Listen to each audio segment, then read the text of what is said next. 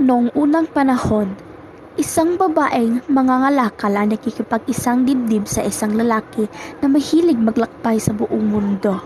Malimit siyang iniiwan ng matagal ng kanyang asawa. Dahil sa katagalan ng di mapag-uwi ng lalaki, nakadama siya ng kalungkutan at pagkabagot. Umibig siya sa isang lalaking mas bata sa kanya. Isang araw, isang lalaki ang nagsampa ng reklamo laban sa lalaking kanyang inigibig at pinakulong siya. Nang malaman ng babae ang tungkol dito, agad siya nagbihis ng pinakamaganda niyang damit at pumunta sa hepe ng pulisya. Kapatid ko ang lalaking ipinakulong ninyo. Inaway nang hindi namin nakikilala. Subalit nagsinungaling ang lalaking tumistigo laban sa kanya. Nagkakamali kayo sa pagkabilanggo sa kanya. Wala na akong kasama at wala nang susuporta sa akin. Kaya maawa na kayo, pakawalan niyo siya. Nang marinig ng pulis ang kanyang pagmamakaawa at makita ang kanyang ayos, umibig ito sa kanya. Pumunta ka sa iyong tahanan hanggang sa may labas ko ang iyong kapatid. Hindi ko siya pakawalan, malibay kung sasama ka sa akin at payagan mo akong gawin ang gusto kong gawin. Ikaw na lamang ang pumunta sa aking tahanan. Kahit maghapon at magdamag kung talagang kinakailangan. Saan ang iyong tahanan? Doon lang, sa may kanto. Pumunta ka ngayong Sabado. Humingi rin siya ng tulong sa kadi.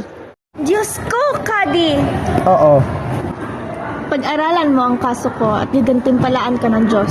Sino ang may kagagawa nito? Mayroon akong kapatid, kaisa-isa akong kapatid. Naparito ako dahil sa kanya sapagkat ikinulong siya ng pulis at pinatangang isang kriminal. Nagsinungaling laban sa kanya at sinabing ito'y masamang tao. Kaya nakikiusap ako, tulungan niyo siya. Nang sulyapan siya ng kadi, umibig din ito sa kanya. Pumunta ka sa aking tahanan para makasama ko at sasabihin ko sa pulis na palayain ang iyong kapatid. Kapag nalaman ko kung magkano ang kabayaran para sa kanyang kalayaan, babayaran ko ng sarili kong pera upang ako'y mapaligaya mo, sapagkat napakalambing ng iyong tinig. Kung magiging mabait ka sa akin, Kung hindi ka papayag, makakalis ka na at huwag mo kong sisihin. kung talagang iyan ang gusto mo, mas maganda at pribado sa aking tahanan kaysa sa inyo na maraming katulong makakaistorbo sa atin. Saka isa pa, hindi naman ako masamang babae, subalit kailangan ko lang itong gawin. Saan ba ang iyong tahanan? Doon lang, pumunta ka ngayong Sabado. Pumunta rin siya at humingi ng tulong sa Vishier na palayain ang kanyang kapatid sapagkat lubhan niya itong kailangan. Subalit, may ibinigay rin itong kondisyon. Payagan mo akong gawin ang gusto kong gawin sa iyo at palayain ko ang iyong kapatid. Kung talagang gusto mo, doon na lamang sa aming tahanan. Tayo lang doon. Hindi naman kalayuan ng aking bahay, para maayos ko naman na aking sarili. Saan ba ang bahay mo? Doon lang, pumunta ka ngayong Sabado. Mula rito ay pumunta siya sa hari. Isinalaysay rin niya ang pangyayari at humingi rin siya ng tulong upang mapakawalan ang kanyang sinasabing kapatid. Sino ang nagpakulong sa kanya? Ang hepe ng pulisya, mahal na hari. Nang marinig ng hari ang nakahahabang na salaysay sa pagkakakulong ng kapatid, bumungkal sa puso nito ang awa at pagmamahal. Ganoon ba? Sige, pumasok ka sa aking tahanan. O mahal na hari, madali lang para sa iyo ang lahat. Wala akong magagawa kapag iyong ginusto. Subalit malaking karangalan kung pupunta ka sa aking tahanan. Sige. Sinabi ng babae ang lugar at oras ng kanilang pagtatagpo na gaya ng oras sa sinabi niya sa unang tatlong lalaki. Umalis siya pagkatapos at humanap ng isang karpintero. Ipagawa mo ako ng isang cabinet na may 4 na compartment. Magkakapatong, may pinto ang bawat isa at masasaraduhan. Malaman ko lang kung magkano at babayaran ko. 4 na denaryo ang halaga nito. Subalit hindi ko na ito pababayaran kung papayagan mo ko sa aking kahilingan. Kung kinakailangan, papayag ako subalit gawin mo ng 5 ang compartment ng cabinet na ipapagawa ko sa iyo.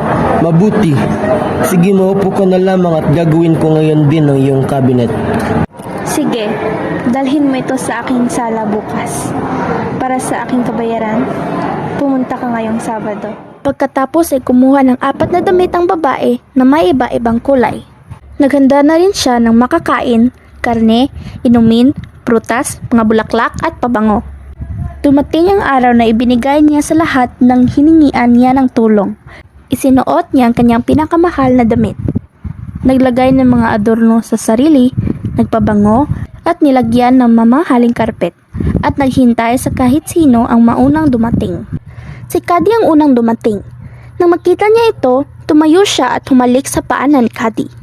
Hawak ang kamay, inaya niya itong maupo sa carpet. Nang sisimulan na nito ang kanyang pakay, sinabi ng babae, Alisin mo muna ang iyong kasuotan at ang iyong turban. Isuot mo ang dilaw na roba at bonnet na ito habang inihahanda ko ang makakain at maiinom natin. Pagkatapos, pwede mo nang gawin ang nais mo. Habang isinuot niya ang roba at bonnet, may kumatok sa pinto. Sino ang kumakatok? Ang aking asawa. Ano ang aking gagawin? Saan ako pupunta? Huwag kang matakot. Itatago kita sa cabinet na ito. Gawin mo kung ano ang dapat. Sagot ni Cady, kaya't ipinasok niya ito sa pinakaibabang compartment at isinara ang pinto. Pumunta siya sa pintuan at tiningnan kung sino ang kumakatok. Ang hepe ng pulisya. Pinatuloy niya ito agad. Ariin mong iyo ang lugar na ito at ako'y iyong alipin. Buong araw sa akin ka, kaya't alisin mo na ang iyong suot at ipalit mo ang pulang roba na ito. Ako'y iyong iyo at walang iistorbo sa atin. Kung mabait kang talaga, gumawa ka muna ng kautusan na nagpapalaya sa aking kapatid para naman mapanatag ang aking kalooban. Masusunod. Gumawa na nga ang kautusan ng pulis na nakasaad ang agarang pagpapalaya ng kanyang kapatid. Nang simulan na niya ang kanyang pakay, biglang may kumatok sa pinto. Sino iyon? Ang aking asawa. Ano ang gagawin ko? Pumasok ka sa cabinet na ito. Pag alis niya, saka ka lumabas. Ipinasok niya ito sa pangalawang compartment sa ilalim at sinarahan ang pinto. Samantala, ang nangyayari ay naririnig lamang ni Cady na nasa loob ng isang compartment ng kabinet. Pumunta uli ang babae sa pintuan upang muling tingnan kung sino ang kumakatok. Si Vizier. Sinabihan din niya ito na tanggalin ang mabigat na damit at turban at magsuot ng mas magaan. Isinuot niya ang bughaw na damit at ang kanyang pulang bonnet at pati na rin ang kanyang robang gagamitin upang maginhawa sa pagtulog. Nagsimula na ang pakay ni Vizier nang biglang may kumatok. Tinanong din niya kung sino ito at sinabi ng babae na ito ay ang kanyang asawa. Nalito ang lalaki at nagtanong kung ano ang kanyang dapat gawin kaya't sinabi sa kanyang magtago sa loob ng kabinet sa ikatlong compartment. Tulad ng nauna, isinara rin niya ang pinto ng cabinet. Pumunta siya sa pinto at pinagbuksan ng kumakatok. Ito ay ang hari. Pagkatapos na imungkahi nito ang pagpapalit ng damit, maya-maya pa ay nagkakapalagayang loob na sila.